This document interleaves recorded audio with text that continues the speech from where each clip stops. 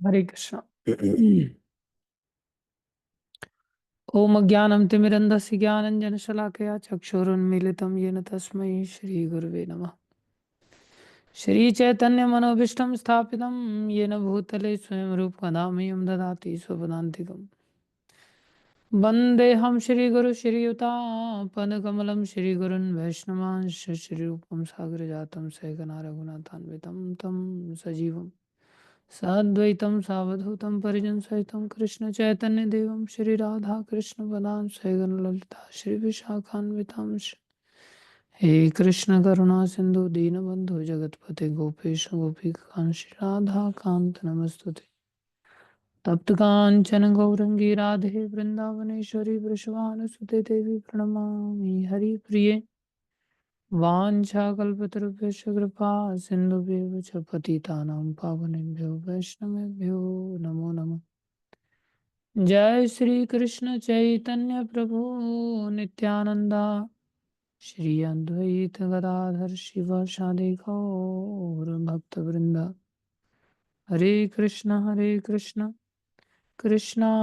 कृष्ण हरे हरे, हरे राम राम राम हरे हरे। हरे कृष्ण कृष्ण कृष्ण हरे हरे, हरे राम राम राम हरे हरे। हरे कृष्ण कृष्ण कृष्ण हरे हरे, हरे राम राम राम हरे हरे। गुरुवे गौरचंद्राय राधिकाय तदालये कृष्णाय कृष्ण भक्ताय तद्भक्ताय नमो नमः।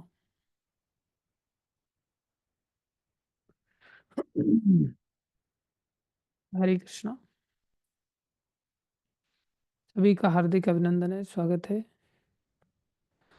गुरु वैष्णवों की दया से जो कुछ कहें कृपा करके ध्यान से सुनिए। चले गए अमरचंद जी?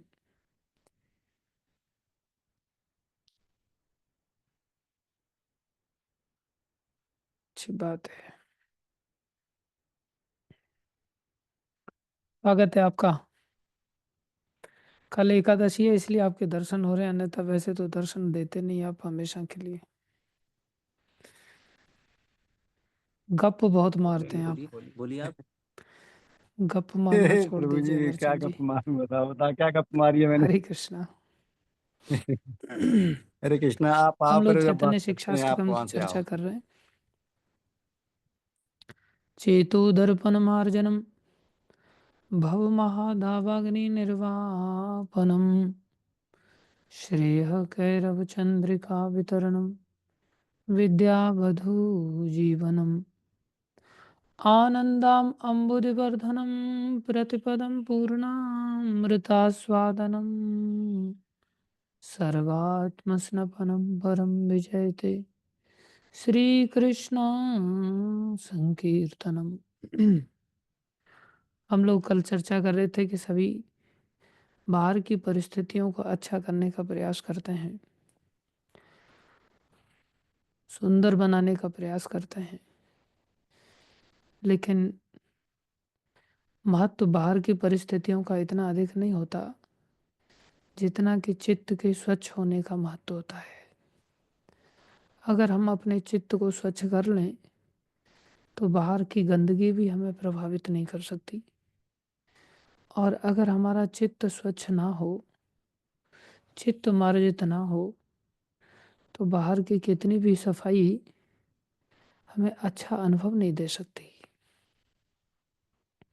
अभी हम सब लोग एवरी डे तकरीबन क्लासेस अटेंड करते हैं, सब कितना बढ़िया नहा धो करके तिलक छापे लगा करके अच्छा सुंदर बन करके अटेंड करते हैं ना, कि भाई हम वीडियो चालू करेंगे लोग हमें देखेंगे, शेविंग वगैरह हुई रहनी चाहिए और नहाए धोए रहने चाहिए, तिलक वगैरह बढ़िया रहना चाहिए, बाल बिखरे नहीं होने चाहिए, बढ़िया स्वेटर वगैरह धुला हुआ सब, चाहे कोई देख ना रहो हमारी ओर, क्योंकि देखते तो लोग मेरे को ही हैं, लेकिन फिर भी हम सभी प्रयास करते हैं कि हमको ऐसा लगता है कि सब हमें ही देख रहे हैं जैसे। जैसे सत्यम है, कितना बढ़िया चश्मा वगैरह लगा करके बैठा हुआ है, ये सोच कर कि भाई लोग मेरे को ही देखेंगे। ऐसा नहीं है भैया। बहुत सारे लोग ऐसा प्रयास करते हैं, कुछ लोग तो क्रीम पाउडर भी लगाते हैं। हालांकि राखी माता ने क्रीम पाउडर नहीं लगाया हुआ है, वो सहज रूप से आए हुए हैं। अन्यथा क्या क्या नहीं लिपाई पुताई करते लोग। अच्छी बात है, लेकिन कभी ऐसा नहीं सोचते कि हम जा रहे हैं अभी कमरे से बाहर निकल करके तो हृदय को साफ करके जाएं। चित्त रूपी दर्पण को भी मार्जित करना चाहिए। तो महत्व चित्त रूपी दर्पण को मार्जित करने का है। महाप्रभु की यही शिक्षा है। आंतरिक शुद्धि हो जाए तो फिर बाहर की अशुद्धि प्रभाव नहीं डालती। एक स्वपच वाल्मीकि जी थे, जो कि जब पांडव लोगों ने राजसूय यज्ञ किया तो भगवान श्री कृष्ण ने कहा था कि जब ये यज्ञ सफल हो जाएगा तो ये जो शंख रखा हुआ है ये अपने आप बजने लगेगा। तो शंख बजा नहीं। बड़े बड़े ऋषि मुनि आए, सब लोगों ने वहां पर भोजन ग्रहण किया, प्रसाद ग्रहण किया पांडवों के यहाँ। नारद जी जैसे, मार्कंडे ऋषि, ऋषि भारद्वाज आदि सब लोग आए, लेकिन शंख नहीं बजा। पांडव लोग भगवान श्री कृष्ण से बोले, प्रभु शंख नहीं बजा, अब क्या कमी रह गई? बोले, एक अकिंचन जो भक्त हैं, अभी तक उन्होंने तुम्हारे यहाँ पर प्रसाद नहीं पाया है। एक चित्त शुद्ध व्यक्ति कितना ऊंचा प्रभाव डालता है, ये हम लोग विचार नहीं कर पाते कई बार।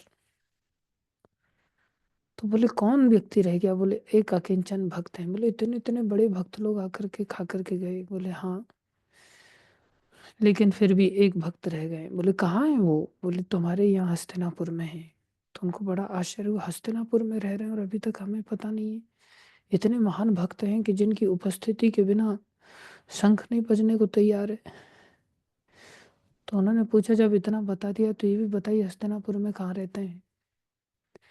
तो बोले हस्तिनापुर का जहाँ कचरा डंप होता है ना, वहां कचरे के ढेर में ही उन्होंने एक कुटिया जैसी बना रखी है। तो भीम और अर्जुन वगैरह उनको ढूंढते ढूंढते चले गए। बोले अब उनका नाम भी बता जी। बोले नाम क्या, उन्होंने कुछ भी बताने के लिए मना किया है। मैं बता दूंगा तो मेरे ऊपर क्रोधित हो जाएंगे वो।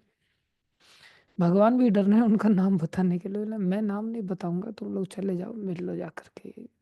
इलाका बता दिया कि वो कहाँ रहते हैं। तो वो चले गए तो देखा बदबू आ रही है, चारों तरफ से गंदा कचरा फैला हुआ है।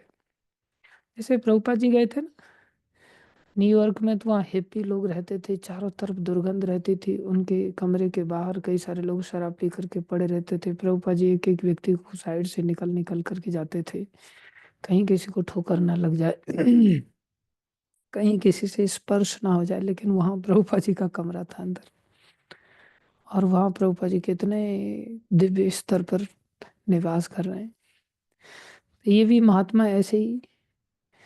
तो चले गए तो अंदर जैसे ही प्रवेश किया तो कुटिया में बड़ी सुंदर सुगंध आ रही है। कैसी सुगंध? बोले चारों तरफ तुलसी माता की बड़ी सुंदर सुगंध फैली हुई। अंदर कुटिया में तुलसी है और कुटिया में वो भगवान का भजन कर रहे हैं। जैसे ही झुक कर के अंदर प्रवेश किए, इन लोगों ने प्रणाम नहीं किया, उससे पहले तो महात्मा जी ने इनको प्रणाम कर दिया।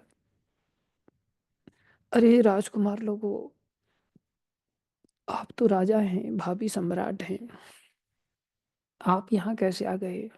मेरे को आदेश दिया होता, मैं तो गिरा हुआ पतित व्यक्ति हूँ, मैं कब का आपके पास पहुंच गया होता। ऐसे प्रार्थना कर रहे हैं। तो इन्होंने फिर प्रणाम किया। बोले अभी आपका नाटक नहीं चलेगा, हम सब जान चुके हैं, आप कृपा करके हमारे यहाँ भोजन ग्रहण करने के लिए आई। तो वो भोजन ग्रहण करने के लिए उन्होंने निमंत्रण दिया। तो बोले जाओ आप। किसने बताया? पहले ये बताओ यहाँ पहुंचे कैसे आप लोग? तो बोले भगवान केशव ने बताया आपके विषय में। बोले मैं जानता था, वही बताएंगे आपको। भक्त कितने निष्किंचन होते हैं।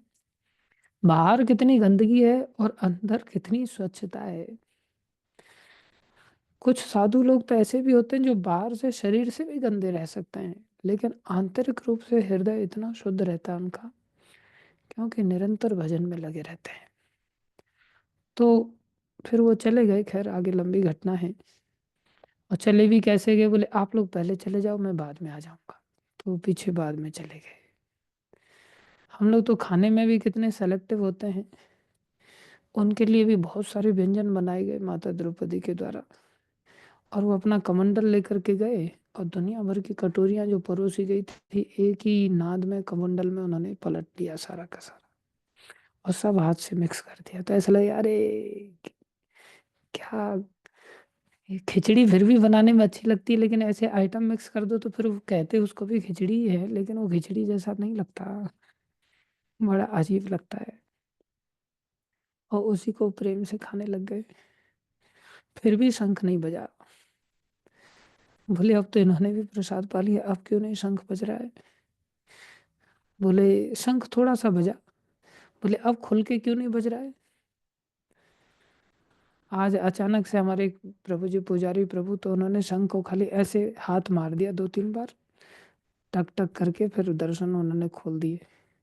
तो मैं हैरान हो गया, अचानक से दर्शन खोल दिए खाली ऐसे हाथ मार करके, फूंक क्यों नहीं मारी इन्होंने। तो वो मेरी ओर देखने लगे, मैं उनकी ओर घूर के देख रहा था, तो फिर कहते दांत में दर्द हो रहा है इसलिए नहीं बजा पाया। मैं बोला चलो कोई बात नहीं। तो ऐसे ही थोड़ा टक टक करके बजा, वो खुल करके शंख नहीं बजा। शायद दांत में दर्द तो नहीं हो रहा होगा वहाँ, वो तो अपने आप ही बजना था शंख, वहाँ किसी ने बजाना थोड़ी था। लेकिन सब भगवान की ओर देख रहे, ये क्या शंख बजा, बजना चाहिए तो खुल के सबको पता होना चाहिए कि यज्ञ सफल हो गया भाई। लेकिन नहीं बजा।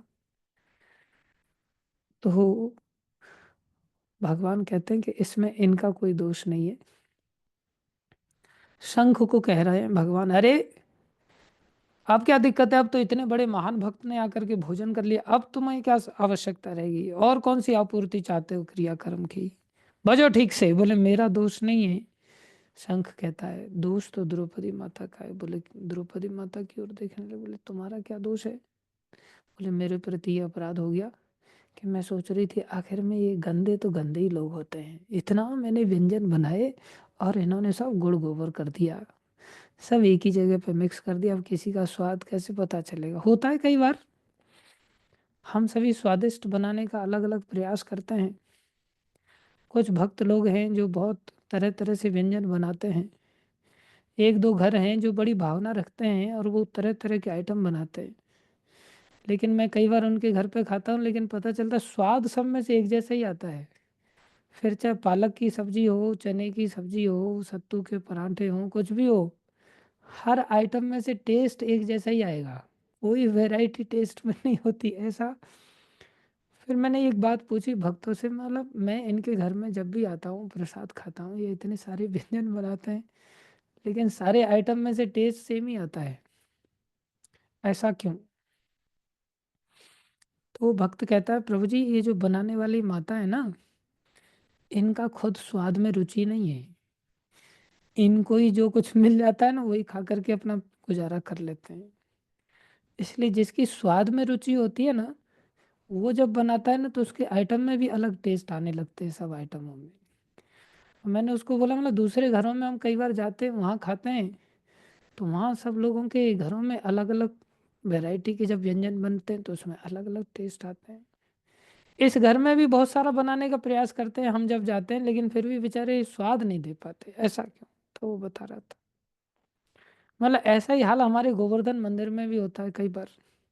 भक्त लोग आते हैं, कोई भी सब्जी बने, चाहे पालक की बने, चाहे गंगा फल की बने, चाहे लौकी की बने, चाहे फूल गोभी की बने, लेकिन स्वाद सारी सब्जियों में तकरीबन एक जैसा आता है। भला हो थोड़ा कल की अवतार प्रभु का और नरेश प्रभु का, वो थोड़ा सा भी अच्छा टेस्ट देने का प्रयास कर रहे हैं। बाकी तो पहले वाले जो भक्त लोग बना रहे थे, अभी भी पता नहीं क्या स्थिति है, काफी लंबे समय से मैं जा नहीं पाया। लेकिन गोवर्धन में भी ज्यादातर विरक्त भक्त लोग रहते हैं, उनको कोई स्वाद फाद से लेना नहीं, जो मिल जाए वही ठीक है, इसलिए वो लोग उस प्रकार का स्वाद दे भी नहीं पाते। लेकिन द्रौपदी माता ऐसी नहीं है। आखिरकार भीमसेन की पत्नी है, भीमसेन भी बहुत स्वादिष्ट व्यंजनों को लेकर के लालायित रहते हैं। और वैसे भी वैष्णव सेवा भाव उनके अंदर बहुत अधिक भरा हुआ है, तो उन्होंने बड़े सारे व्यंजन बनाए जो अलग-अलग स्वाद वाले थे। लेकिन ये महात्मा जी ने सब एक ही जगह मिला दिए। कुछ घरों में मिलाने की ज़रूरत ही नहीं है, सब में एक स्वाद ही आने वाला है, इसलिए बिना मिलाई खा लेना चाहिए। महत्व उस व्यक्ति का होता है, लेकिन माता ने उनके प्रति थोड़ी-सी हीन भावना उत्पन्न कर ली। अरे! कैसे व्यक्ति हैं, क्या फ़ायदा इतने सारे व्यंजन बनाए। इस हीन भावना के चलते बोले उनको अपराध लग गया ऐसे महान भक्त के प्रति। जिन भक्तों का चित्त काफ़ी शुद्ध होता है ना, संसारी दृष्टि से शुद्धि का इतना महत्व नहीं है कि संसारी सो कॉल्ड साफ-सफाई, हाँ, ये स्वाभाविक है कि जो व्यक्ति अंदर से स्वच्छ है, वो बाहर से भी स्वच्छ रहेगा। इसका अर्थ ये नहीं सोचना चाहिए कि प्रभु जी ने बोला है कि बस जप कर लो सुबह-सुबह, फिर नहाने-धोने की ज़रूरत नहीं। इसका अर्थ ये नहीं है। बाहर से कई बार भक्त लोग, जो ऐसे भक्त पाए जाते हैं गंदे-संदे, वो अपने आप को छुपाने के कारण पाए जाते हैं। वो अपनी भक्ति को छुपाने का प्रयास करते हैं, संसारी लोग, जिससे कि उनकी भक्ति में बाधा ना बने। राजस्थान में एक भक्त थे, इतने अच्छे संत थे कि उनका इतना प्रभाव बढ़ गया कि भगवान का दर्शन करना उनके लिए दुर्लभ हो जाता था। भगवान के दर्शन करने के लिए जाते, तो लोग उनको चारों तरफ से इतना घेर लेते, तांता लगा लेते, जैसे प्रभुपाद जी को लेकर के बहुत सारे लोग आगे पीछे घूमते थे। तो वो भगवान के दर्शन भी ठीक से नहीं कर पाते थे, और लोगों की इतनी अनन्य श्रद्धा उनके प्रति हो गई कि उनकी मनोकामनाएँ भी पूर्ण हो जाती थी। ये तो श्रद्धा के कारण मनोकामनाएँ पूरी हो जाती। तो लोग अपनी मनोकामना पूरी करने के लिए आते थे, दर्शन करते थे, प्रणाम करते थे, फूल वगैरह चढ़ाते थे, मालाएँ चढ़ाते थे, वस्त्र आभूषण देते थे उनको। उनका बड़ा बाधा हो गया जीवन में। वो सोचने लगे इस बीमारी से कैसे मैं बचूँ बाहर। एक दिन उन्होंने क्या किया, एक नगर की वेश्या थी, सीधा उसी के दरवाजे पर रात को चले गए, और रात को जाकर के उसका दरवाज़ा खटखटाया, और उस वेश्या ने दरवाज़ा खोला तो उन्होंने हाथ जोड़ कर के उस वेश्या को प्रणाम किया। बोले, माता, मेरा एक ही निवेदन है आपसे। वो हैरान हो गई, आप इतने जाने-माने महात्मा, आप यहाँ मेरे दरवाजे पर क्या कर रहे हैं?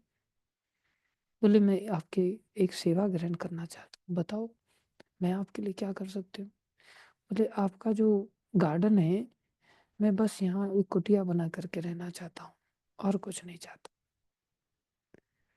और एक दिन का आप मेरे को अपना समय दे दो बस, मेरे साथ में आप थोड़ा-सा एक दिन शहर में घूम लेना बस। अब तो उन्होंने क्या किया, गंगा जल लिया और गंगा जल में थोड़ा-सा रंग डाल कर के, मीठा पानी करके 2 बोतल तैयार किया, और वो हाथ जोड़ कर के खड़ी हो गई। अरे! मेरा सौभाग्य होगा, मैं किसी काम आपके आ सकती हूँ तो। वो साथ में लेकर के पूरे नगर में उस वेश्या का हाथ पकड़ कर के एक-दूसरे को दारू पिलाने का नाटक करते हुए पूरे नगर में उन्होंने भ्रमण किया। और सबको ऐसा लग रहा है, हे भगवान! ये इतना पतित, और उन्होंने सब अपना वेशभूषा चेंज कर दिया, बढ़िया कुर्ता पाजामा पहन लिया, और कुर्ता पाजामा पहन कर के वो वेश्या को हाथ में हाथ डाल कर के और दारू पीने का नाटक करते, बिल्कुल नशे में ऐसे ही लड़खड़ाते हुए चल रहे हैं। पूरी गलियों में सब लोग थू-थू कर रहे हैं, हे भगवान! ये इतना अच्छा संत था, देखो माया कितनी प्रबल होती है, इसका बेचारे का कितना पतन हो गया। दारू पी रहा है ये, वेश्या के साथ गमन कर रहा है, आश्रम छोड़ दिया है इसने, धिक्कार है इसको। अब तो उन्होंने दाढ़ी मूंछ भी बढ़िया बना लिया उन्होंने, पहले मूंछ वगैरह नहीं थे उनके, ताव देने लग गए मूंछों पर, ऐसा उन्होंने वेशभूषा बनाया, और जाकर के फिर शांति से अभी भगवान के दर्शन करने लगे। अब कोई बाधा नहीं, कोई कुत्ता भी नहीं पास में भटकता था। सब कहते थे, अरे ये तो पतन को प्राप्त हो गया, अब इससे क्या मनोकामना पूरी हुई, अब कुछ नहीं हो सकता। तो ऐसे भी संत हुए हैं जिन्होंने भगवान की भक्ति को बनाए रखने के लिए अपने आप को ऐसा छुपाने का प्रयास किया है, ऐसा संसार में प्राय देखा नहीं जाता।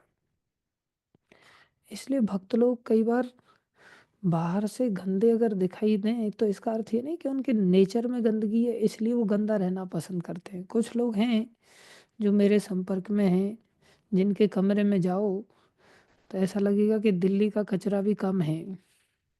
चारों तरफ गंदगी इतना फैला करके रखते हैं। इसका अर्थ ये नहीं सोचना चाहिए उन्होंने भक्ति को छुपाने के लिए कमरे का ऐसा वातावरण वातावरण बना रखा है। एक भी जगह का जाला कभी नहीं मारेंगे, पूरा छती दिखाई नहीं देगी, पूरे मकोड़े जाले बना करके पूरी तरह से ढक देते हैं। हम एक सीनियर के पास रैगिंग देने गए थे जब कॉलेज में पढ़ते थे, तो पूरा छत ढका हुआ है। मैंने बोला सर ये आपने छत ढक कर रखी पूरा, कम से कम जाले फाले का भी साफ कर ले। बोले नहीं इसका पर्पज है। मतलब क्या पर्पज है इसका? बोले मच्छर उड़ते हैं तो इसमें फंस जाते हैं, ऊपर जा करके देख नहीं रहे हो कितने सारे मच्छर फंसे हुए हैं, तो मच्छरदानी लगाने की आवश्यकता नहीं पड़ती। बोले ये घोर आलसी होते हैं। ये इनका हृदय भी गंदा होता है अंदर से और बाहर से, चारों तरफ से ही गंदे होते हैं। जो अपने कमरे के अंदर भी जाले साफ नहीं कर सकते, मंदिर में जाले साफ नहीं कर सकते, भगवान के गर्भगृह में जाले साफ नहीं कर सकते। सब अमरकंटक प्रभु जैसे अच्छे भक्त नहीं होते जो पुजारी की सेवा करते हो, सब जाले फाले साफ रखते हैं। गोविंद गोपाल प्रभु जैसे अच्छे भक्त सब नहीं हो सकते, पूरे आश्रम के जाले साफ करके चलते हैं। बहुत कम भक्त लोग होते हैं। कुछ लोग होते हैं आलसी भक्त, जैसे हमारे विनोद प्रभु, उनको कोई फर्क नहीं पड़ता कहाँ जाले लगे हुए हैं। वो तो बाइक पे भी हैंडल पे भी जाला लगा होगा तो भी चल पड़ेंगे ऐसे ही। ऐसा नहीं करना चाहिए। भक्त लोग जो हृदय से स्वच्छ रहते हैं उनको नेचुरली बाहर की स्वच्छता पसंद होती है। लेकिन कुछ लोग अपने जब इतनी भक्ति की तीव्रता हो जाती है उसे छुपाने के लिए ऐसा ऊपर से नाटक करते हैं। जैसे हमारे उत्तम मोहन प्रभु हैं, ये कभी शेविंग फेविंग उस प्रकार से नहीं बनाते, ढक के रखते हैं अपने आप, कहीं मेरा तेज लोगों को दिखाई न दे जाए। अच्छी बात है। कुछ मेरे जैसे पाखंडी होते हैं जो दूसरों को जबरदस्ती तेज दिखाने के लिए शेविंग फेविंग करके रखते हैं कि देख लो भाई कितना तेज निकल रहा है चेहरे से। अरे तेज फेज कुछ नहीं है, ये सब पाखंड है। तो हम बता रहे थे चित्त की स्वच्छता ये बहुत आवश्यक है। यही प्रधान अंग है भक्ति का, यहीं से भक्ति की शुरुआत होती है। और ये साबुन पानी वगैरह इन सब चीज़ों से नहीं हो सकती। आंतरिक स्वच्छता ये तो भगवान के कृष्ण कीर्तन से हो सकती है, और कोई उपाय नहीं। चेतोदर्पण मार्जनम भव महादावाग्नि निर्वापनम श्रेयः कैरव चंद्रिका वितरणम विद्यावधु जीवनम आनंदाम अम्बुदिवर्धनम प्रतिपदम पूर्णामृतास्वादनम सर्वात्मस्नपनम परम विजयते श्री कृष्ण संकीर्तनम। नित्य सुबह सुबह जैसे नहा धो करके हम कोई भी काम की शुरुआत करते हैं, या सुबह सुबह पुराने कल्चर में देखे तो सुबह सुबह माताएं उठ करके सबसे पहले झाड़ू पोछा करते हैं। आजकल नहीं करते, मेड आकर के करती है। आलस से हम भर गए। पहले सब झाड़ू पोछा करते थे। ऐसे ही सुबह सुबह का समय ये इनके इन प्रकार हमें संकीर्तन के माध्यम से चित्त को मार्जन करने में लगाना चाहिए। बाहर की भी सफाई जरूरी है, आंतरिक सफाई भी जरूरी है। आंतरिक सफाई पहले जरूरी है, इसलिए इसमें कभी कॉम्प्रोमाइज करने की चेष्टा नहीं करनी चाहिए। कभी चीटिंग प्रोपेंसिटी नहीं लानी चाहिए कि आज मेरा ये है, आज मेरा वो दिक्कत है, इस कारण से सुबह नहीं उठ पाए। नहीं, रोज सुबह किसी भी हालत ऐसा नहीं सॉरी सॉरी बोल देना और फिर उठना वही 7:30 बजे, सोना वही 11:30 बजे 11 बजे और उठना वही 7:30 बजे, और फिर रिपोर्ट भेज देने का बेशर्म होकर के फिर सॉरी सॉरी बोल देने का। ऐसा नहीं। किसी भी हालत में 4 बजे के आसपास हमें उठ जाना चाहिए। 4 से पहले उठने की पूरी ईमानदारी से चेष्टा करनी चाहिए। ये अवसर हम सबके पास है। भगवान साक्षात रूप से नाम के माध्यम से अंदर स्वयं झाड़ू लगाते हैं। भगवान झाड़ू लगाते हैं। देखो हमारा बस नहीं चलता, लेकिन भगवान कितने दयालु हैं। उनका नाम हम जपते हैं तो नाम में उन्होंने सारी शक्तियां अर्पित कर दी हैं। नाम शक्तिशाली होकर के हमारे हृदय को साफ करता है। नाम नामकारी बहुधा निज सर्व शक्ति तत्रार्पिता नियमितस्मरणेन कालः एतादृशी तव कृपा भगवन् ममापि दुर्दैवमीदृशमिहाजनेनानुरागः। लेकिन विनम्रता के साथ ही सब करना चाहिए। तृणादपि सुनिचेन्तरोरपि सहिष्णुनाम् अमानिना मानदेन कीर्तनीय सदा हरि। संसार में कोई चीज हमारा साथ नहीं देने वाली, न धनम न जनम न सुंदरीम कविताम वा जगदीश कामये। मम जन्मनि जन्मनीश्वरे भवताद भक्ति रहे तो की। तो ये बात केवल भाषण देने के लिए नहीं होनी चाहिए जैसे मैं भाषण दे रहा हूँ, और ना ही केवल फॉर्मेलिटी के लिए लेक्चर सुनने के लिए होनी चाहिए कि बस लेक्चर सुना और डायरी बंद कर लिया और फिर चल पड़े। नहीं, जैसे होता है ना कि जो व्याकरण आदि पढ़ लिए और शास्त्र आदि पढ़ लिए, स्कूल में जाकर के पढ़ाना है या संस्कृत विश्वविद्यालय में जाकर के पढ़ाना है और वहाँ जाकर के भाषण दे दिया, बोले ब्रह्म सत्यम जगत मिथ्या। भैया ब्रह्म सत्य है और जगत मिथ्या है। और वापस आ गए, 1 लाख रुपया सैलरी ले लिया महीने का और वापस आकर के उल्टा अनुभव कर रहे हैं, बोले जगत सत्यम ब्रह्म मिथ्या। संसार सत्य है भैया, 1 लाख रुपया कैसे छोड़ सकते हैं सैलरी का, वो तो जरूरी है ही। तो ब्रह्म सत्य कहाँ रहा? फिर तो हमने केवल बोलने के लिए ब्रह्म सत्य सीखा। ऐसे ही इन श्लोकों को केवल बोलने के लिए बोल देना, जैसे मैं आपके सामने बोल रहा हूँ, और सुनने के लिए मात्र सुन लेना कि भाई कैसे भी कोर्स चल रहा है इसलिए सुन करके काम खत्म करते हैं। नहीं, ये हमारे जीवन में आ जाए। न धनम, सामने धन है और फिर भी कोई कामना नहीं। न जन्म, कोई जनों की कामना नहीं, न स्त्री की, न पुत्र की, न परिवार की, न माँ की, न भाई की, न बंधुओं की, कोई कामना नहीं। न धनम न जन्म न सुंदरिम कविताम, जो संसार की सो कॉल्ड पढ़ाई लिखाई, सो कॉल्ड पोस्ट पोजीशन नहीं।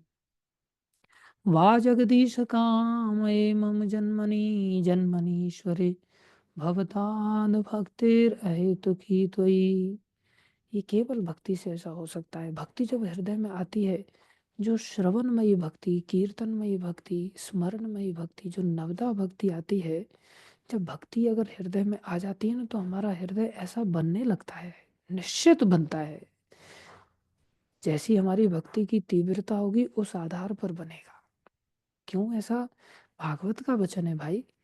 भागवत में कहा है, अकामो सर्व कामो वा मोक्ष काम उदारधि तीव्रेन भक्ति योगेन यजेत पुरुषम परम।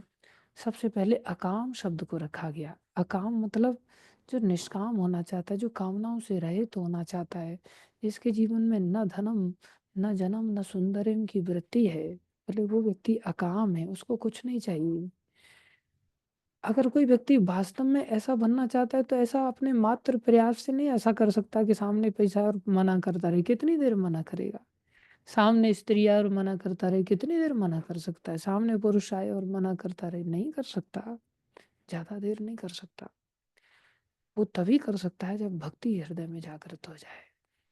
इसलिए बोले तीव्र भाव से अगर कोई व्यक्ति भजन करता है तो सबसे पहली कंडीशन, बेस्ट कंडीशन है व्यक्ति के जीवन में अगर कोई लाना चाहे तो बोले अकाम, न धनम न जनम न सुंदरिम। ये तीव्रता से आएगा। यजेत पुरुषम परम तीव्रे न भक्ति योगे। जैसी हमारी तीव्रता है वैसा हमारे जीवन में इन सब चीजों से पीछा हम छुड़ा पाएंगे।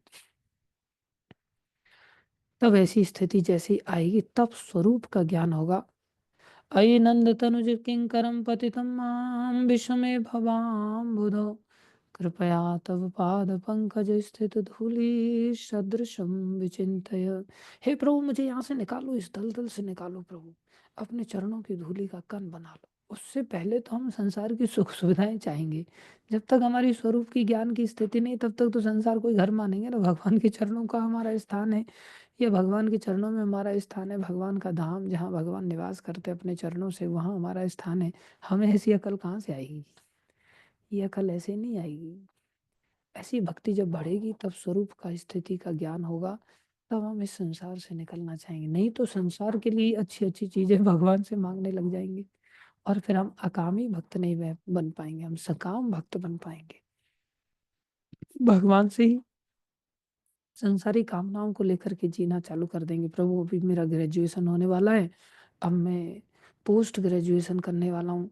पोस्ट ग्रेजुएशन में भक्तों से भी यही कामना करेंगे, प्रभु जी अब मैं क्या करूँ? अब तो मेरा नर्सिंग का कोर्स समाप्त होने वाला है, अब आगे मैं कौन-सा कोर्स करूँ मैं? और ये बात बोल दो तो माला सर पे लगा कर के मारे, हे भगवान! मेरे को प्रभु जी छोड़ते नहीं पीछा। तो मेरे को यहाँ भी घेर लिया प्रभु जी ने। अरे संसारी कामनाओं को लेकर के क्या जीना? हमारी स्वरूप की स्थिति को हमें ज्ञान करने का चेष्टा करना चाहिए। फिर इससे आगे की स्थिति है जहाँ भाव उत्पन्न होता है। जब हम साधन भक्ति करते, करते, करते, करते तब ऐसी चाह उत्पन्न होती है, उससे पहले तो चाह ही नहीं थी। देखा हमने 6वें श्लोक में, ये 5वें श्लोक में अहि नंद तनुज किंकरम, बोले हे कृष्ण मैं इस संसार रूपी समुद्र में गिर पड़ा हूँ। और गिरने वाला व्यक्ति रोता है या खुश होता है? जनरली आपने देखा होगा किसी बच्चे को अगर आप धक्का मार के गिरा दो ना, तब कितना चीखेगा चिल्लाएगा, चाहे उसको चोट ना लगे तो भी चीखेगा चिल्लाएगा। और जब आदमी खुद से गिर जाता है ना वो बालक, तो खुद से ऐसे देखता है किसी ने देखा तो नहीं ना मेरे को कि मैं गिर गया हूँ। और हाथ पैर झाड़ करके बोलता नहीं नहीं नहीं कुछ नहीं लगा है, कोई दिक्कत नहीं। ऐसे ही आदमी को जब कोई जबरदस्ती किसी के साथ शादी करवा देता है ना, अरेंज मैरिज घर वाले, और उसमें थोड़ी कलह होने लग जाती है, तब ऐसे बोलता है तुमने शादी कराया, तुमने देखी बहू ऐसी, तुमने ऐसा लड़का देखा, तुम लोगों ने इसके साथ ऐसा संबंध जोड़ा, मेरी क्या गलती है? दूसरों के सिर पर चीखता है चिल्लाता है। और जब लव मैरिज कर लेता है ना, रोज जूते पड़ते हैं सिर पर, तब भी ऐसे देखता किसी ने देखा तो नहीं ना हमारे झगड़े को, कोई दिक्कत नहीं सहन करना पड़ेगा, सहन करते करते चलता है। या कोई पोस्ट पोजीशन मिल जाती है, वहाँ भी उसको काफ़ी जद्दोजहद करनी पड़ती है, लेकिन अपनी पढ़ाई लिखाई से ही उसने वो रास्ता चुना था। उस रास्ते पर जाकर के भी आदमी अपना अहंकार नीचे नहीं करना चाहता, वो कहता है मैं यहाँ तो कोई दिक्कत है ही नहीं, बहुत बढ़िया है, आनंद आ रहा है बस। रोज रोता है चाहे उस जीवन में, फिर भी दूसरा कोई पूछेगा ना, कभी स्वीकार नहीं करेगा कि मेरा रोने वाला जीवन है। अरे सारा संसार ही रुलाने वाला है। इसलिए संसार में हम देखते हैं कि संसार में हमारी चाह बनी रहती है। संसार की चाह भगवान में चली जाए, हमें ठोकर लगने का कष्ट अनुभव होने लग जाए, हम रोने लग जाए, संसार के कष्टों को हम अनुभूति करने लग जाए, संसार में हर चीज को लेकर के ऐसा अनुभव होने लग जाए, ऐसी स्थिति हो जाए कि दूध का जला जैसे छाछ को भी फूक फूक करके पीता है, ऐसी स्थिति हर चीज को लेकर के संसार की हो जाए, फिर भगवान के चरणों की चाह उत्पन्न हो जाएगी। वो श्लोक है, नयनम गलदश्रुधारया वदनम गदगद हृदया गिरा पुलकैर्निचितं वपु कदा तव नाम ग्रहणे भविष्यति। फिर संसारी उधेड़ बुन में वो व्यक्ति नहीं लगेगा, संसार की सब परिस्थितियों के द्वंद्वों को वो लोग सहने लग जाएगा। इसको कहते हैं शांति। ये भाव के लक्षण है। साधक अवस्था में उसके अंदर चाह नहीं उत्पन्न हुई थी भगवान को पाने की अभी तक, अभी तीव्र चाह उत्पन्न हो जाती है तब भाव अवस्था आती है। और जब भगवान के साक्षात दर्शन हो जाएं तो प्रेम अवस्था कहलाई, जिसमें भगवान के साक्षात दर्शन होते हैं। तो ये चाह की अवस्था है। इस तीव्र चाह की अवस्था में अष्ट सात्विक विकारों का उदय होता है, और साथ में 9 प्रकार के आंतरिक लक्षण प्रकट होते हैं। आंतरिक लक्षणों की हम चर्चा कर चुके थे।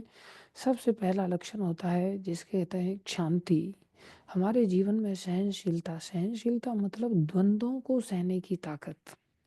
द्वंद्व मतलब सर्दी गर्मी हानि लाभ जय पराजय मान अपमान, इन सब चीजों को सहने की ताकत आ जाए, और इन सब चीजों को सहने की ताकत को लेते हुए सब चीजों का त्याग करके भगवान के शरणागत हो जाए। ये सब चीजें जाने आने वाली नहीं है, ये सब चीजें आती रहेंगी और जाती रहेंगी, एक एक चीज हमेशा के लिए संसार से जाने वाली नहीं है। जैसे सर्दी आती है और अपने आप ही चली जाती है, गर्मी को आदमी बुलाता है, ना भी बुलाएगा तो क्या गर्मी नहीं आएगी? बिना बुलाए भी गर्मी आएगी। और उसके लाख रोकने पर भी गर्मी रुकेगी नहीं, गर्मी चली जाएगी। या लाख भगाने पर गर्मी तुरंत नहीं जाएगी, वो अपने समय पर ही जाएगी। इसलिए जैसे सर्दी गर्मी है ये आएंगे जाएंगे, हानि लाभ है ये आएंगे जाएंगे, जय पराजय ये आएगी जाएगी, मान अपमान है ये आएगा जाएगा। ये परिस्थितियां समान रूप से जब कोई व्यक्ति चित्त को बना करके सहले, इसे द्वंद्व कहते हैं। जब इन द्वंद्वों को चित्त में बिना उथल पुथल हुए आदमी अगर सहले, बोले उसे शांति वाला व्यक्ति कहते हैं, कि उसके चित्त में शांति आ गई है। अब उसको संसार से कोई लेना देना नहीं है।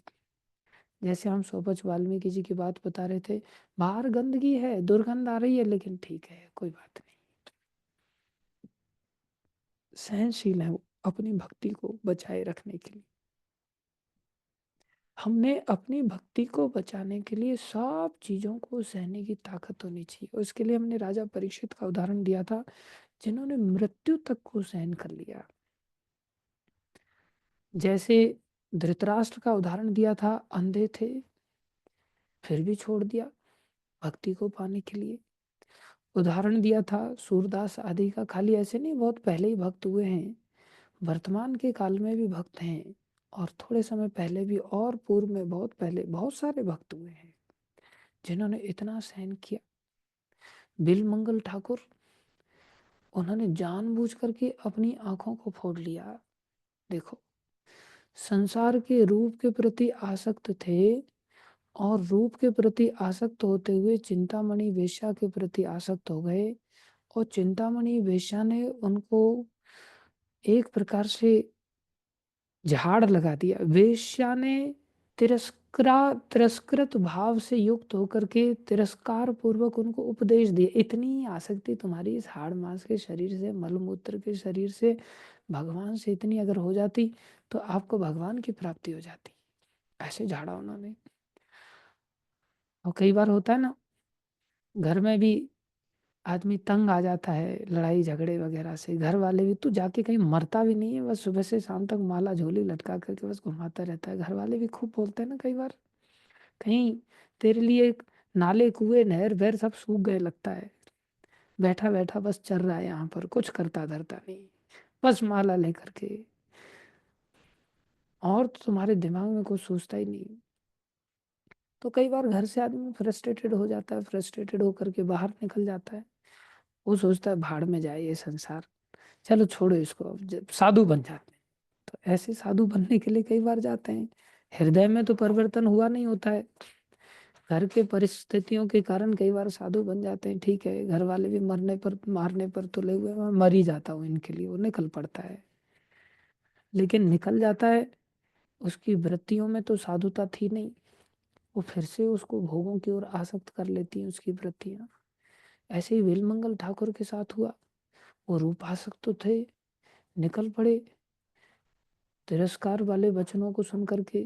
कोई कथा वाले वचन तो उन्होंने सुने नहीं थे, कथा तो चल नहीं रही थी, लात मारी गई थी एक प्रकार से उनको, तो चल पड़े अपना।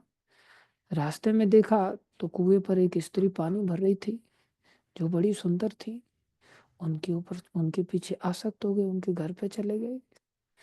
उनके घर पे जाकर के साधु वेश था, ऊपर से अंदर से रूपासक्ति थी। रूपासक्ति थी तो आप सभी घटना जानते ही हैं, लेकिन जो गृहस्थी थे जिनके यहाँ चले गए थे, वो स्त्री ने अपने पति को बताया, ऐसे ऐसे साधु मेरे पीछे पीछे चला है, क्या करूं मैं। बोले देवी कोई बात नहीं, साधु कैसा भी है हमें साधु का सम्मान करना चाहिए। उन्होंने उनको कमरा दिया रहने के लिए, और वो रूपासक्त तो थे ही, वो पत्नी को उसने उनके पास भेज दिया, जाओ उनको संतुष्ट करो। तो वो उनकी बातें सुन रहे थे कि धिक्कार है मेरे को, ये गृहस्थ जीवन में संसार में होते हुए भी साधु जीवन का इतना सम्मान करते हैं, और मैं साधु होकर के भी इतना घिनौना सोच रखता हूँ। तो उन्होंने उनको बोला आपके पास सुआ होगा, तो उन्होंने हेयर पिन्स या सुआ मंगा लिया जो बोरी सिलते हैं, और सुए को लेकर के उन्होंने अचानक से उनकी आंखों के सामने ही अपनी आंखों को फोड़ लिया। तो एकदम से खून की पिचकारी निकली, और वो रोने लगी, चीखने लगी, लेकिन ये शांत भाव से अपना आंखों को फोड़ करके और सुए वहीं रख करके, अरे बोले रोते क्यों, रो मत, बोले आपने इतना दुख दे दिया, आपको इसकी क्या आवश्यकता थी? बोले ये आंखें ही हैं जिन आंखों ने मेरे को इतना नीचे गिरा दिया। और मैं ऐसा सोचने लग गया, मैं निकला था भक्ति पाने के लिए, भगवान के दर्शन करने के लिए, और मेरे से इतना घिनौना कार्य होने जा रहा था। मैंने अपनी आंखों को ही फोड़ लिया। इसलिए तुम लोग चिंता मत करो, मैं थोड़ी मरा हूँ, जिंदा हूँ अभी। ये आंखें मेरे को भगवान से दूर ले जा रही थी, इसलिए मैंने आंखों को दंडित किया। बताओ कोई इतना सहन कर सकता है? इसे कहते हैं शांति।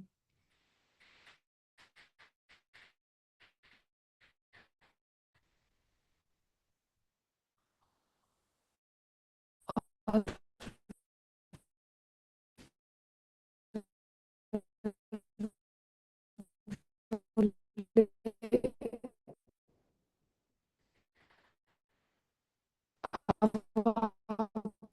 कोई बात नहीं, अब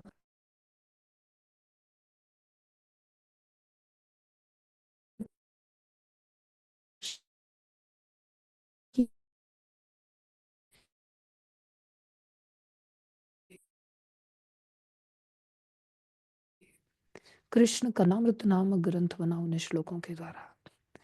और मुझे इतने अच्छे लगे। हृदय में एक शांति थी ना, हृदय में भगवान के प्रति ऐसी ललक थी। संसार का कष्ट उनको अभी सता नहीं रहा है। भगवान की याद में कहाँ ताजी ताजी आंखें फूटी हैं, लेकिन उनको कोई परवाह नहीं, चले जा रहे हैं।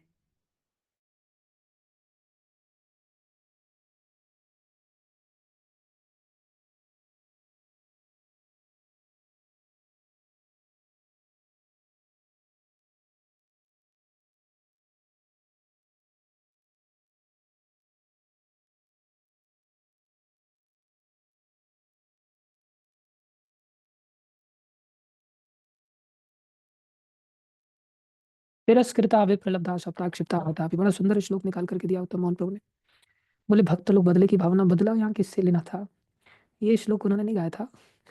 हालांकि सहनशीलता को लेकर के उन्होंने ये श्लोक निकाल के दिया। भक्त भगवान के इतने सहनशील होते हैं कि भले ही उन्हें बदनाम किया जाए, धोखा दिया जाए, शाप आदि दिया जाए, यहाँ तक कि जान से मारे जाने का भी प्रयास किया जाए, तो भी बेचारे बदले की भावना नहीं रखते। लेकिन यहाँ किससे बदला लेते वो? यहाँ तो कृष्ण के लिए उन्होंने इतना सहन किया था। वो तो भगवान के लिए गीत गा रहे थे। हे देव हे दयित हे भुवनैक बंधु। हे देव, हे दयित, दयित मतलब आपके अतिरिक्त मेरा और कोई संसार में नहीं। हे प्रभु, और आप ही भुवनैक बंधु, आप सारे भुवन के, एक शब्द और लगा दिया, भुवनैक बंधु, भुवन एक बंधु। आप सारे संसार में केवल अकेले ही बंधु हैं, दुनिया में और किसी का कोई बंधु नहीं। हे कृष्ण हे चपल हे करुणैक सिंधु। हे कृष्ण, हे चपल, चपल मतलब चंचल। कृष्ण चंचल तो हैं, लेकिन हमारे जैसे चंचल नहीं है। वो समुद्र हैं करुणा के। तो समुद्र चंचल थोड़ी होता है, समुद्र धीर गंभीर होता है। वो करुणा सिंधु हैं। कौन से चपल हैं? बोले जो लीला के लिए चपल हैं। अभी इस भक्त के साथ, अभी उस भक्त के साथ, भगवान बाल वालों के साथ, गोपियों के साथ, गायों के साथ, बछड़ों के साथ, वृक्षों के साथ, पशुओं के साथ, पक्षियों के साथ, किसी को नहीं छोड़ते। सबके साथ भगवान लीला करने के लिए अपनी चपलता को दर्शाते हैं। हे नाथ हे रमण हे नैनाभिरामम। आप मेरे नैनों का आश्रय बनिए प्रभु। जबकि नैन फोड़ लिए पहले ही, और क्या कह रहे हैं? आप कब मेरे को दर्शन देंगे? मैं आपके दर्शनों के लिए लालायित हूँ। चल पड़े, वृंदावन पहुंचे। वृंदावन में घुसते ही बंसी सुनाई दी, घुसते ही। देखो हजारों किलोमीटर दक्षिण भारत से चले उत्तर भारत की ओर, वृंदावन में भगवान श्री कृष्ण का दर्शन करने के लिए अकेले, कोई दूर दूर तक साथ नहीं। आंखें थी, पैसा धेला तो खैर था ही नहीं, आंखें थी वो भी फोड़ लिया। कैसा सुंदर शांति का उदाहरण है। और चल पड़े। और किसने पहुंचाया होगा उनको वृंदावन? विचार करें, भगवान ही पहुंचाते हैं। जब ऐसी हमारे अंदर ललक होती है, ऐसी चाह होती है ना, नम गलदश्रुधारया वदनम गदगद हृदया गिरा पुलकैर्निचितं वपु कदा तब नाम ग्रहणे भविष्यति। कब आपका नाम लेने मात्र से मेरे नैनों से ऐसी अश्रुधारा बहेगी। हम अश्रुधारा तो बहती है, सिर्फ इमोजी में बहती है। मोबाइल में जब व्हाट्सएप पे लोग भेजते हैं, पूरे अश्रु की धारा ऊपर से नीचे तक कहीं बीच में ब्रेक नहीं होती। कितना पाखंड है। और कुछ लोगों की तो नीचे भी इकट्ठा हो जाता है, यहाँ पर भी धारा निकल करके पानी नीचे इकट्ठा हो जाता है। अरे भैया, बिंदु सरोवर तो केवल भगवान जब रोए थे तभी बना था। प्रेम सरोवर बना जब भगवान राधा कृष्ण रोए तब बना।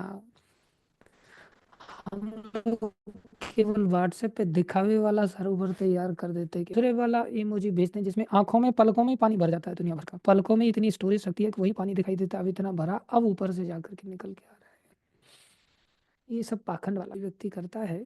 भाव की अवस्था में जब आता है तब ऐसा उसके अंदर वृत्ति जागृत होती है। महाप्रभु कह रहे हैं कब ऐसा होगा, और बिलमंगल ठाकुर कह रहे हैं कब आपके दर्शन करूंगा। आंखें फोड़ करके भी देखो कैसी मानसिक वृत्ति भगवान की, बोले कब आपके दर्शन होंगे। भगवान के दर्शन तो हृदय में भक्त लोग करते हैं, बशर्ते जब उनका हृदय प्रेम से साफ हो जाता है, स्वच्छ हो जाता है। प्रेमांजन छुरित भक्ति विलोचनेन संता हृदयेषु विलोकयन्ति सदैव। संत सदैव भगवान का हृदय में दर्शन करते हैं। हम लोग वृंदावन जाते हैं तो याद आता यही पानी मिलती है, यही भल्ले मिलते हैं, यहीं पर समोसे मिलते हैं बिना लहसुन प्याज के, इसलिए जितने ठूसने मिलेगा। इसलिए हमें तो वही सब चीजें सबसे पहले वृंदावन में जाके दिखाई देती। और इनको वृंदावन में क्या दिखाई दे रहा है, वृंदावन में जाते ही एकदम से बंसी की रास्ते में ऐसा नहीं कि कैसे पहुंचेंगे कहाँ पहुंचेंगे, भगवान बराबर लेकर के चले गए। एक शांति का बड़ा ज्वलंत उदाहरण है।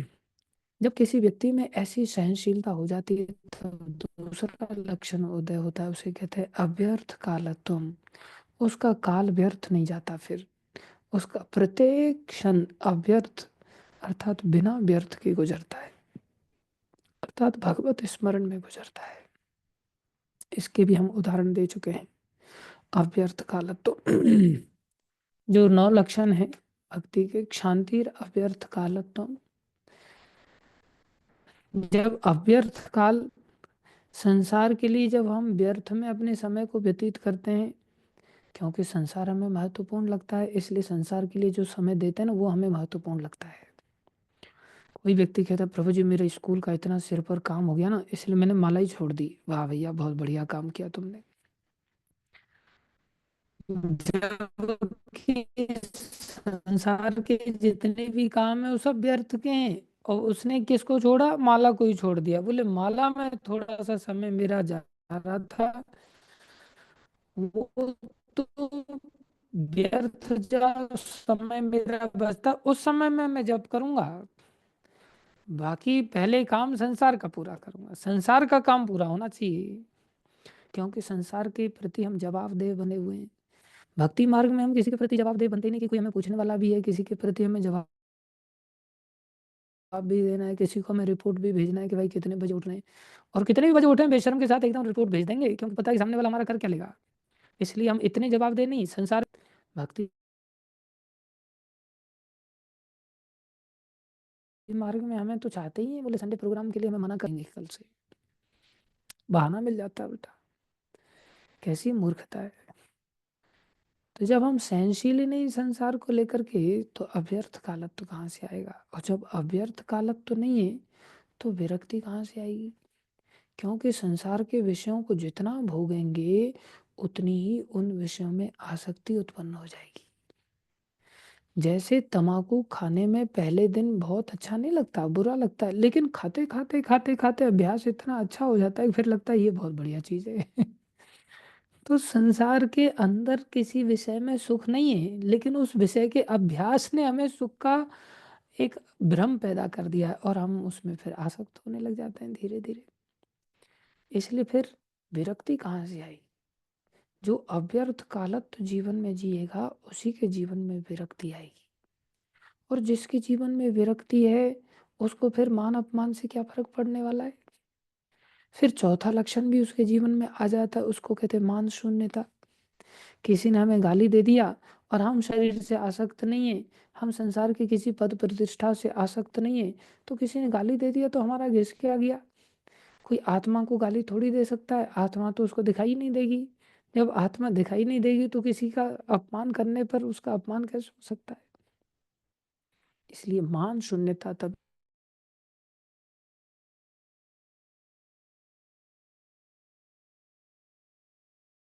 जब विरक्ति नहीं है, तो संसार में पड़ोसी ने कुछ भी कह दिया, अरे तू साधु बनने जा रहा है, तेरे अंदर बच्चे पैदा करने की ताकत नहीं है, तुम क्लीव हो, हिजड़े हो, इस कारण से तुम साधु बन रहे हो, हमें पता है। तब अंदर से एकदम से जागृत हो जाएगा अहंकार, ओह इसने मेरे को गाली दिया, इतनी गंदी गाली दिया, छी अब मैं इसको शादी करके दिखाता हूँ और 15 बच्चे पैदा करके दिखाता हूँ। कैसी बड़ी मूर्खता है। कितना उस व्यक्ति के अंदर ऐसा चुभ गया वो बात, अड़ोसी पड़ोसी चुभा देते, माता पिता को चुभा देते हैं। तुम्हारा 2 नंबर का पैसा था ना, इसलिए तुम्हारी औलाद बाबा जी बन गई, ऐसा कर रही है वैसा कर रही है। तुम लोगों ने पैसे को खूब बर्बाद किया, अब तुम्हारा बेटा तुम्हारे पैसे को बर्बाद कर रहा है, तुम्हारे घर को बर्बाद कर रहा है। फिर माता पिता हमको बताते हैं तेरी वजह से ऐसा ऐसा अच्छा मेरी वजह से ऐसा सुनना पड़ रहा है, कैंसल। अब आप बताओ मेरे को, इनसे बढ़िया जॉब करके दिखाता हूँ, पैसा कमा कमा करके दिखाता हूँ, इसी से पैसा लूट के दिखाता हूँ अभी। कैसा मान सम्मान अंदर चुभ जाता है। मेरे पिताजी कहते हैं जब अड़ोसी पड़ोसी लोग ताने मारते हैं ना, तो ऐसा लगता है सीधा कटार अंदर घुसा दिया है हृदय में, पूरा हृदय छलनी छलनी हो जाता है। बोले तेरे को कुछ फर्क नहीं पड़ता, तुम इतना बेशर्म है, मतलब क्या करूँ अभी मैं, जैसा भी हूँ आप ही का पुत्र हूँ, जैसा आसमान से तो टपका नहीं, आपने बेशर्म क्यों पैदा किया मेरे को, अब मैं क्या कर सकता हूँ, खानदानी ऐसा हूँ मैं। खानदानी जैसा बोला तो फिर एकदम से बेचारे चुप हो जाते, तो मेरे को भी नहीं छोड़ रहा है। यार क्या शर्म क्या बेशर्म, संसार में ये सब चीजों का कोई महत्व नहीं। मान शून्यता है, तू बड़ा पतला है, तेरी शक्ल देख, तू 4 आंखों वाला। सब लोग तरह तरह के हमें भाषणबाजी करेंगे, कोई बात नहीं, तेरे को जो कहना भैया कह ले, तू तो सुअर है, तू तो कुत्ता है, यहाँ तक लोग बोलेंगे, कोई फर्क नहीं पड़ना चाहिए। मान शून्यता। अभी तो कोई अगर किताब पढ़ रहा हो ना, और कोई दूसरा व्यक्ति आकर के बोल दे ना प्रेम से, शास्त्री जी थोड़ा ये काम भी कर लीजिए, मंदिर में रहते हो खाली शास्त्री जी, कुछ गाली गलौज नहीं दिया उसने, खाली ऐसे ही बोल दिया शास्त्री जी, इतने में ही उसका मुंह लटक जाता है, मेरे को शास्त्री कह रहा है, मतलब मैंने कोई गीता फीता पढ़ना चालू कर दिया तो इसने तो मेरा नाम ही शास्त्री जी रख लिया, बताओ। इतना सा भी बुरा लग जाता है। मान शून्यता का दूर दूर तक कोई लेना देना नहीं, मान सम्मान से अंदर भरे पड़े हर चीज में। क्या कहे फिर, तुम्हें बुद्धू कहे, तुम शास्त्र पढ़ रहे हो तो शास्त्री जी कह दिया तो क्या गलत कह दिया उसने? लेकिन उसको वो कह भी रहा है टोंट मारने के लिए, ऐसी बात नहीं है, और हम उसे टोंट की तरह लेने लग गए, तो अंदर तो मान सम्मान भरा पड़ा है ना। तो हमें मान शून्यता जीवन में लानी होगी, तब हमारे अंदर माना जाएगा कि हम भाव के स्तर पर। इसके बाद आशा बंध आता है, तब भगवान से ही वो आशा करेगा, बाकी संसार में किसी से आशा नहीं करेगा। नहीं तो पति जहां जहां जा रहा है वहां पीछे पीछे पत्नी देवी चल पड़ी, क्यों? पति से आशा है ना। साधु बन गए तो भी पति देव जहां जाएंगे पत्नी जी वहीं चलेंगी। पूछा क्या पत्नी को वहां जाने के लिए, या पत्नी जहां जहां जा रही है पति देव पीछे पीछे वहीं जा रहे हैं, क्यों? प्रभु जी मैं तो नहीं चाहता, लेकिन आप समझाओ ना इसको, ये मानती नहीं है। अरे ये नहीं मानती, तुमने अपने मन को समझा, तुम पैदा साथ में हुए थे क्या? अब एक दूसरे को पति पत्नी देखने भी लगा,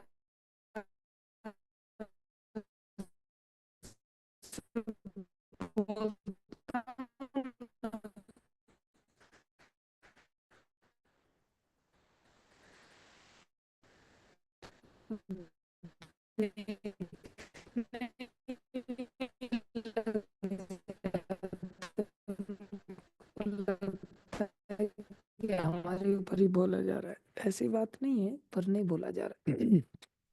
और किसी से आशा नहीं, उनको खत्म करने का चेष्टा करेंगे, समय हो गया है। जगत गुरु श्री प्रभुपाद की जय, श्री गुरु महाराज की जय। हरे कृष्ण। ठीक है दासानुदास।